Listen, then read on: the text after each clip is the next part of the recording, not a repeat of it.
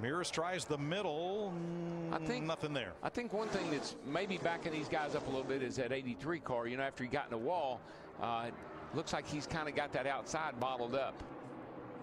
Hornish drops down to the apron. Hornish is in trouble. Yep. Yeah, something's wrong with him. That car kept wanting to jump to the wall at turn 4. Yeah, bring it in there, bud, if it's that weak.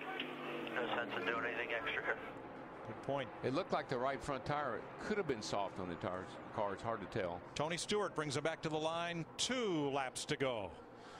And it's still Mike Bliss and Kasey Mears in the transfer spots. The 36 and the 90. I believe Bobby Labonte is sitting there in a spot where he thinks he's got that 90 car set up. I really think he's got a car good enough to maybe get by him. Well, Rudeman covered the low lane. Boy, the 98.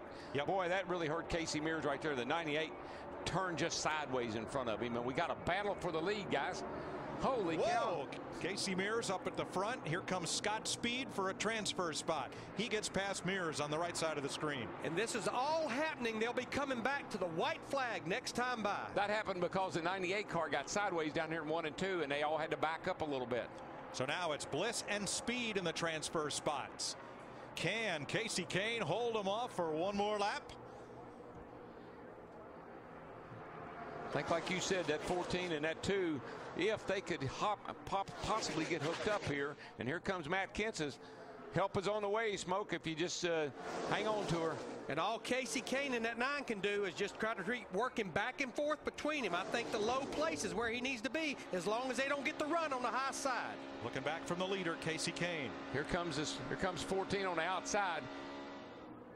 And he's going to get a shot from Montoya. Watch him through 3 and 4 on the high side here. That's all it took right there, just that extra little boost. That 2 Chevys hooked up. Here we come. Slingshotted Tony Stewart right alongside Kasey Kahne. Looks like the first race. The man on the inside won the first one. Let's see what happens here. All right, who's going to make the Daytona 500? I believe Stewart. Now Kahne's fighting back. It's Kahne, I believe. Got it. Kasey Kahne.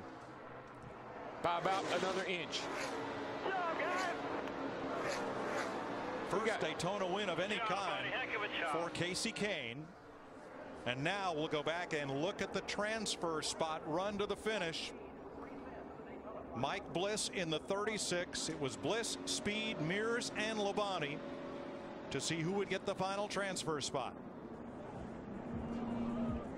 Tommy Baldwin, the owner of that 36 car, 2 years in a row, they have raced their way in, and they did it with a backup car this year. That's a little cha-ching. And here it is. The 36 of Bliss by himself and Scott Speed in clean air.